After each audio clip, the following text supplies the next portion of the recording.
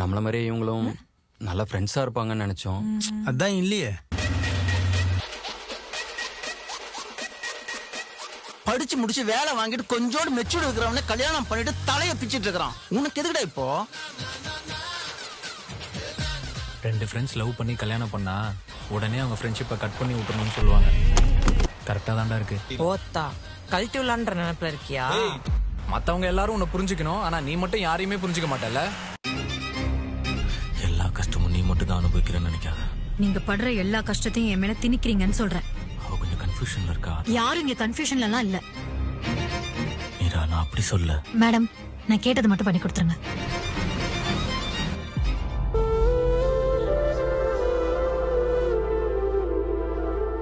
மச்சான், சில விஷயம்லாம் ஒரு தடவை விட்டு போனா போனது தான்டா, திரும்பலாம் வராது.